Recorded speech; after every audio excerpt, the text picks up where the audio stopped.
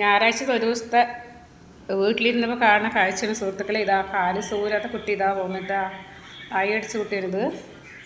പിന്നെ ഇതാ 4 ഉണ്ട് പറ്റില്ല, 4 ഇതാ അവർ ലോകമൊന്നും വീട്ടിൽ അവർ ഇത്ര ദിവസമൊന്നും വീട്ടിനുള്ളിൽ വന്നിട്ടില്ല, വർക്കരി തന്നെയായിരുന്നു. ഇന്ന് ഞാനുള്ളത് കൊണ്ട് എല്ലാം സ്വാതന്ത്ര്യം കിട്ടിയ പോലെ ഇതാ പുറത്തൊരാൾ കിടക്കുന്നുണ്ട്.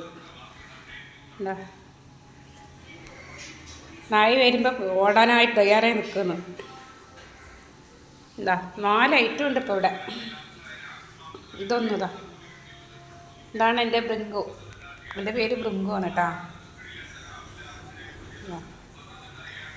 അങ്ങനെ നായും പൂച്ചയിലുള്ള ഒരു വീടായിപ്പോയി ഇത്. മൃഗാദികളായുള്ള വീട്. ഇതാ ഓടുന്നു.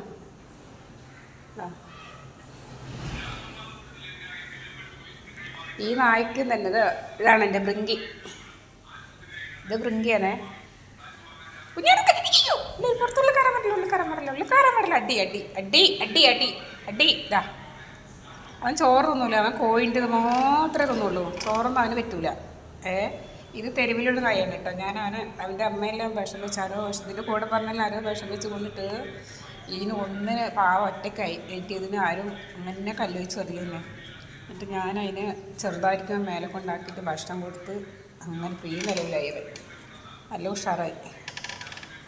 ഇനി പുതിയ വീട്ടിൽ പോകുമ്പോൾ വരില്ല, എന്ത് ചെയ്യുമെന്ന് എനിക്കറിയില്ല. ഇവിടെ ഇരിക്കുമ്പോൾ ഭക്ഷണം കൊടുത്ത് ഇങ്ങനെ ആക്കി വെച്ച് എൻ്റെ കയ്യിലായതുകൊണ്ട് തന്നെ ആരും അറിയാനും തല്ലാനും നിൽക്കുക.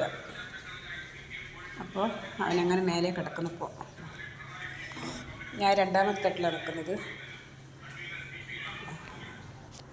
ഇതാണ് ഇവിടുത്തെ രാവിലത്തെ വിശേഷം.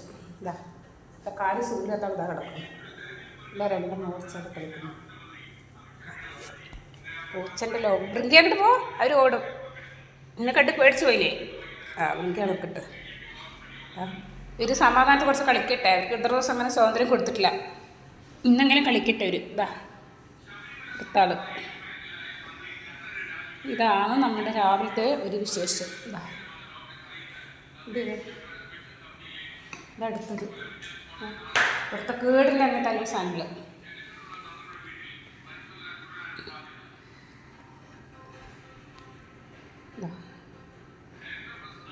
ഇതാണ് നമ്മുടെ ശിഷ്യന്മാർ.